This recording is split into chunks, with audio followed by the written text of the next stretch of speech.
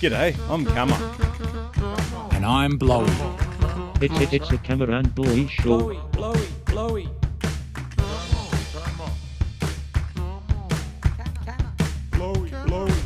Good morning, Kama. How are you? Morning, Blowy. It's good. We actually have a bit of a... I had a look at the forecast and it said it was going to be a week of solid rain, but it's actually there's a bit of a break in the weather today. Well, I've got some big storm clouds over that way, but above me it's looking pretty good. So I was a little bit worried there for a second, but yeah. So where are you, Kama? I'm in Shibushi town, so yeah, the place I'm living in, like, it's kind of semi-rural, and so there's not so many roads. So I'm starting to think I might have to start walking past some familiar areas. That's okay. Yeah, Look, you can only do what you can do, can't you? that's right.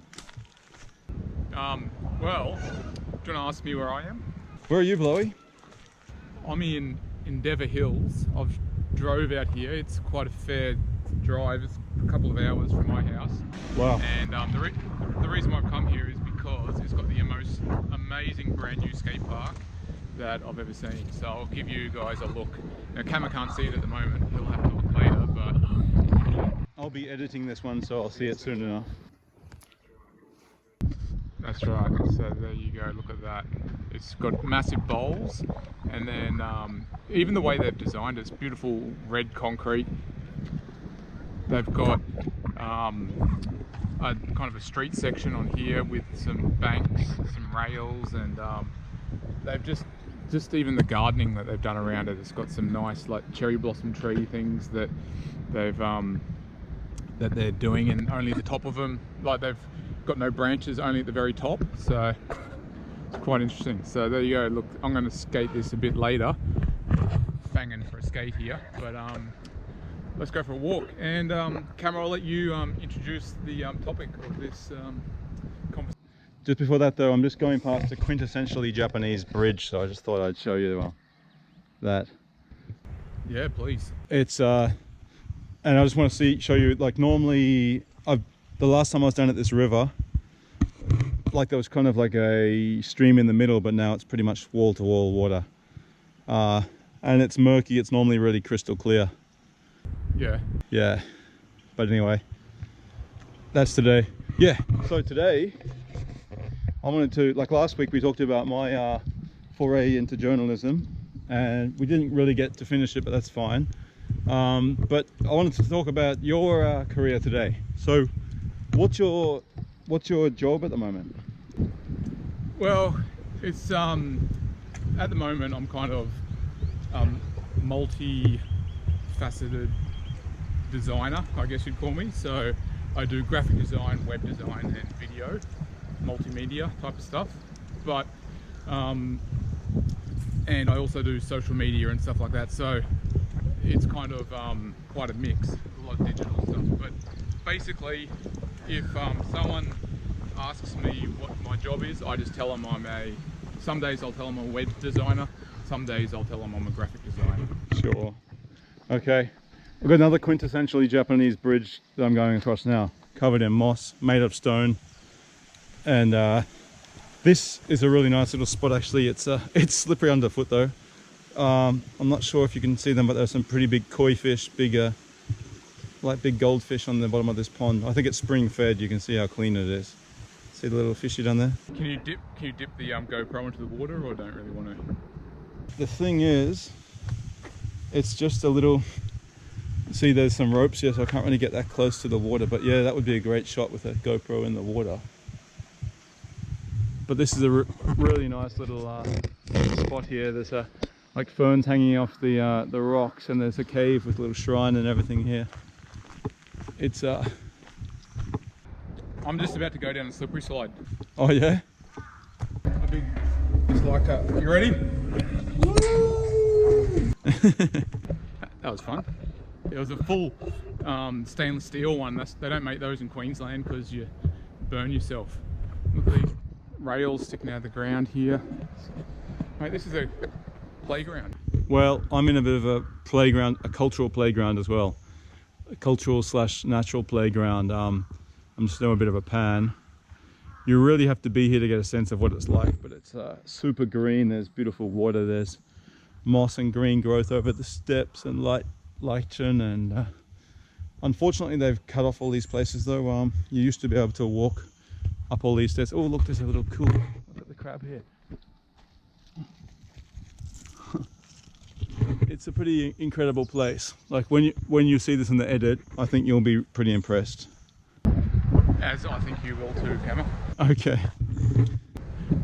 Yeah, so as I think we've said this before, but we actually can't see each other's vision until we edit it, and we love looking at each other's once we see the final product, or if the other person's editing, because you remember the conversation that you're having and the things that they talked about, so it's a little treat.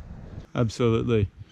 And I think you'll be seriously surprised. Like, this is almost like something you'd expect like deep in the rainforest, like from an ancient civilization. And it's really nice to have access to places like this. It is. Okay, so you're kind of giving us a bit of a flash at what you're doing now, but how were you at high school? Were you studious? No, I didn't really enjoy high school, to tell you the truth. I was more interested in just skating and hanging out with my mates and that kind of thing. I didn't enjoy it because I didn't enjoy what I was studying. Like, I like doing art and I like doing drama. They were my two favourite subjects. Yep. Mathematics, I was pretty good at that, but it was a little bit boring. But yeah, I passed everything, and but I never did any homework. I never cared. Like, I just made it through. I wasn't motivated at all. But you still managed to pass every subject? Yeah, passed every subject because you know, I just that was my aim, was to get a pass. As long as I passed, so I wasn't thinking of going to uni or anything like that at the start. Yeah. Do you remember what your plans were, like what you thought of at the time, like when you were in high school, what you thought you'd be doing in the future? At high school, I had no idea, I think. I had an idea of, I bought a video camera, and... so that was after high school, wasn't it? Or were you still in high school? Was that after? I thought you were... Yeah, maybe it was after, or maybe it was just while I was in my last year, or... Because I remember you got your first car and your video camera pretty much at the same time. Yeah, okay, well maybe it was after. So I had no idea really. I wanted to do something artistic. I did, you know how you do work experience, like a... oh yeah, I didn't even know. Placement. What did you do? I went to a sign writer, because, and you see the kind of similarity there. But yeah, it wasn't fun. It wasn't like, I'm like, nah, the sign writer's not the right job.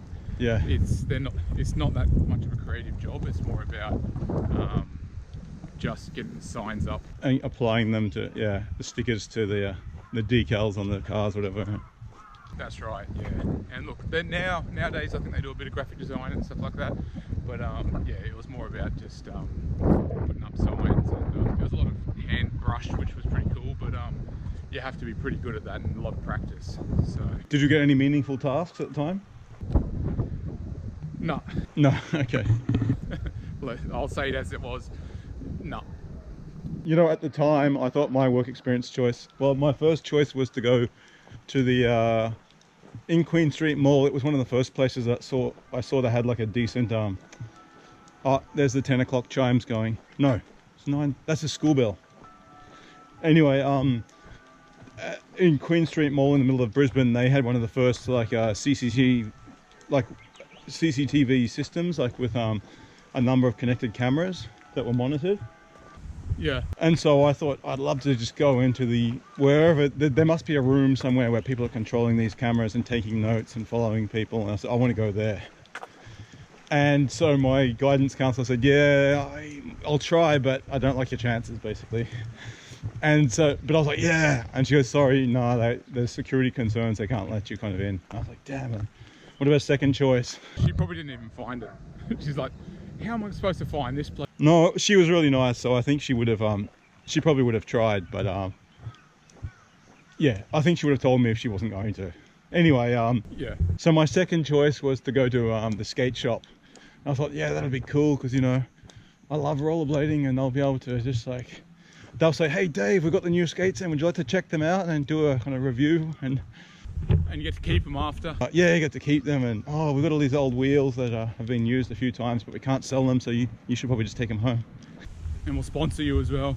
Yeah. But it was anything but that. It was for them, they were like, oh cool, free labor. And so they had higher skates and higher safety gear, like knee pads and wrist guards and stuff, and they were like filled with sweat, and they said, oh, we probably should clean these. So they gave me this big bucket and some nappy sand and told me to clean all the protective gear. Yeah. And I was out the back in the car park, like cleaning all this protection gear, and this water was just going brown with all these different people's sweat. And I was like, what am I doing? I would have much preferred to be in the CCTV room. exactly, yeah, in the central control room.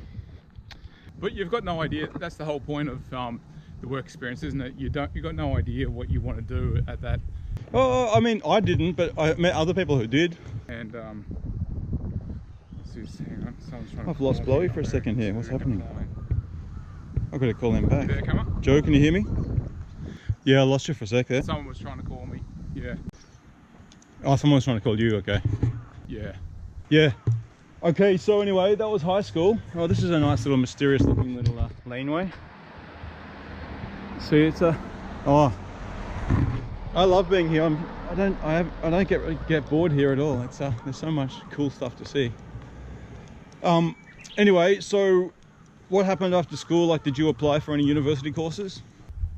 Yeah, so after school, first thing I did was I went to first thing I did was I worked with my dad, because So wait, but did you apply for stuff and you were waiting to hear back from them?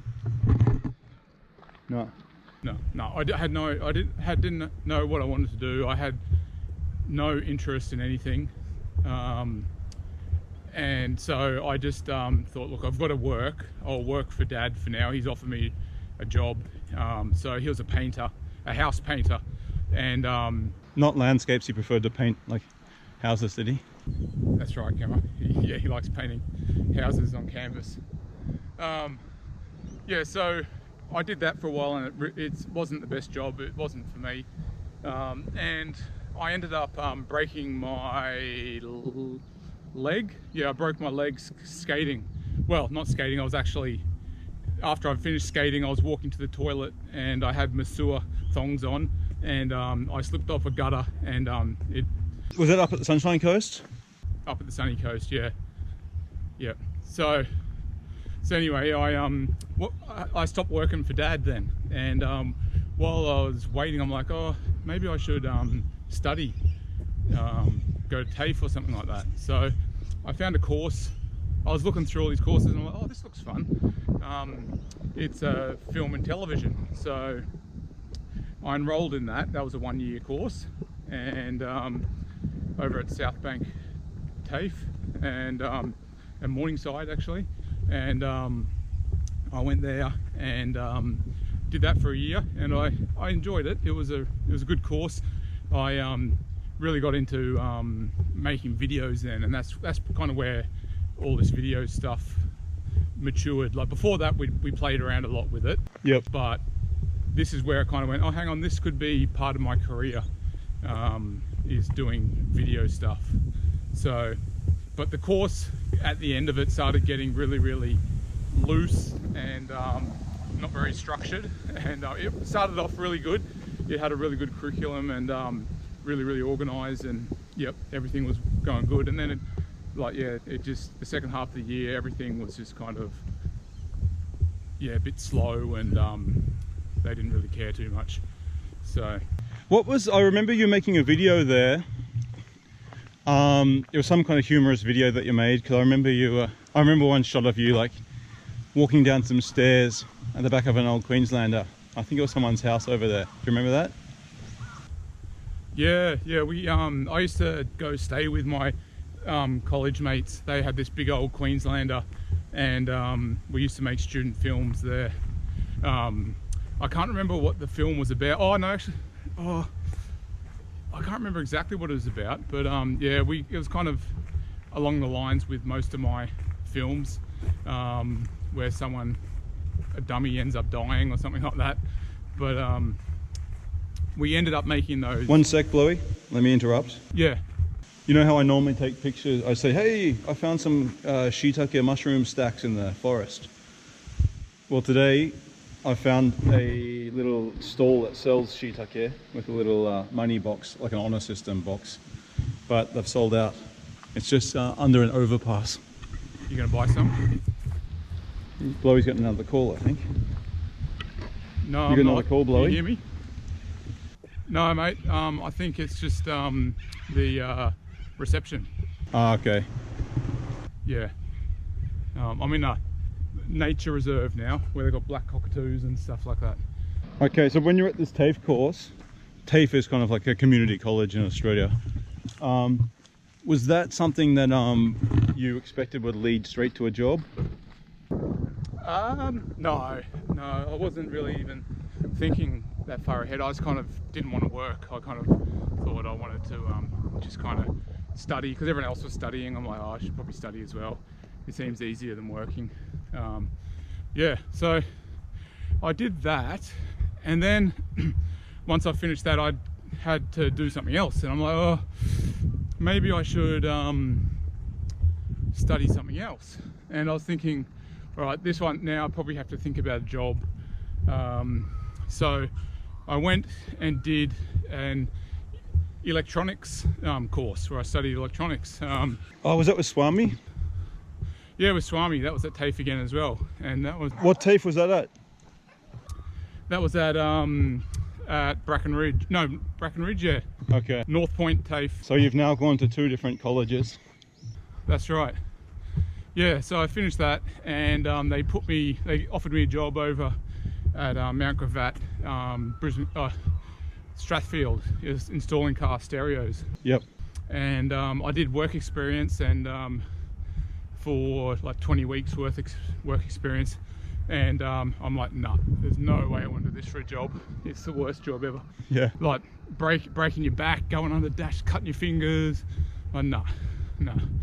And then I said I'm gonna go back to study. Yeah.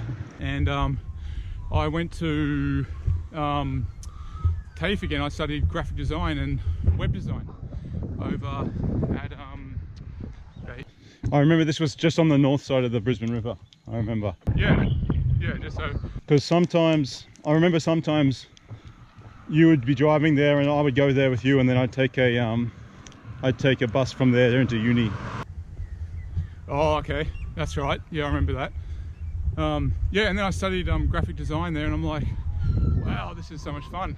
This is actually awesome. And I learned how to make websites. I learned how to use Photoshop, how to use Illustrator, and a couple of old, like the Macromedia suite, which isn't around anymore. Adobe bought them out. And I'm like, wow, this is cool. And so I finished the course, and I'm like... With that course, did you like meet a good, like, you know how you had that bunch of friends at the first course? Did you have a similar group of friends at this course, the Gateway TAFE one? It was closer to home, so I could go from my house, so I didn't sleep over anyone's house or anything like that, so probably not. But, yeah. But, you know, we had a bit of a gang where the people were all right. Like, they were all right. But you didn't do any projects, like passion projects with them or anything like that? No passion projects. No. And so once I finished that, I'm like, I'm not really qualified for a job yet. I probably should do more study. So I decided to go to uni. I'm not. My mum was shocked. She was like, she never expected me to go to uni, and so I enrolled at Sunshine Coast University in marketing. I was going to do design and marketing, and I got there and I started doing it, and I'm like, nah, I don't like marketing. I like the graphic design side of things. So I changed it around a little bit. I had Japanese as one of my majors, and graphic design as my other major. And so I did that, and it was like awesome. I went and lived up there on campus, and that was a great campus, wasn't it? Oh yeah, it was awesome. It was we had swimming pools, and there were kangaroos on the actual campus jumping around, and it was close to the beach, surf beach. We used to go surfing. That's when I started surfing with my mate Shankster. Yeah, and then I actually got a school. Oh, sorry. Oh, so you're gonna say, and obviously, mum and dad were like paying your way through college and giving you like an allowance and paying for your accommodation and your course and everything. Yeah, good one, Kama. In Australia, we for the non-Australian viewers out there, we have the government will loan you the money. It was called Oz Study back then. I don't know what it's called now, but it's like a student loan, I guess. And so I just deferred everything onto that, and I had a part-time job working at an all-you-can-eat restaurant / steakhouse, and just lived the student life, Kama, the cheap student life. But I ended up doing really well in Japanese, and got a scholarship to go live over there for and study for a year. So I spent my last year of uni in Japan, and while I was over there, I joined like a graphic design club, and I was trying to get as much graphic design stuff as I could there, because I was studying Japanese, no longer studying. My last year was just 100% Japanese, so I wanted to keep up with my web design and graphic design, and I built a couple of websites while I was over there in Japanese, but not. Just one sec, Chloe. I've just come down these stairs, and it looks like sometime like over the last few days that a lot of water has rushed down here, because it's just it's like there's sand all over the road and leaves everywhere, and branches are falling off trees and down, covering the path and everything. Anyway. Yeah, so anyway, I came back from Japan and graduated, and Mum gave me a pen, because she was, what'd she say? Because what happened was, when I went into uni, Mum actually said to me, she said, "Oh, Joe, are you sure you want to go do uni? I don't think it's for you. I don't think you probably should be going to university." And now she was saying that because she knew how much I didn't try at school, and she was trying to let me know that at uni you have to actually study. And look, I was getting high distinctions, and I did really well at uni.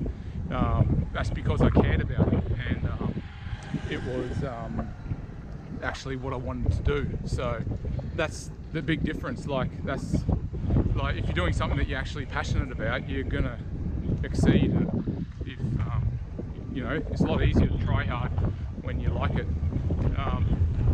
And so yeah, Mum gave me a pen which said congratulations, and then she said that she was sorry about what she said about me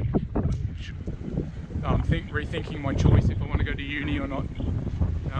Yeah, and so sorry Mum, but I still give her a bit of crap about that to this day as a joke. It's pretty funny.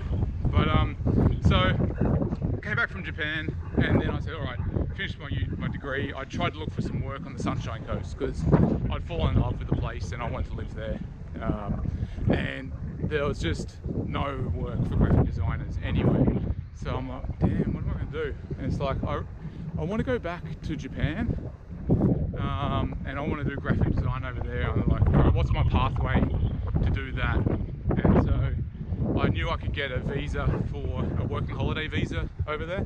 I'm like, all right, I need to save up some money. I can't get any work on the Sunshine Coast.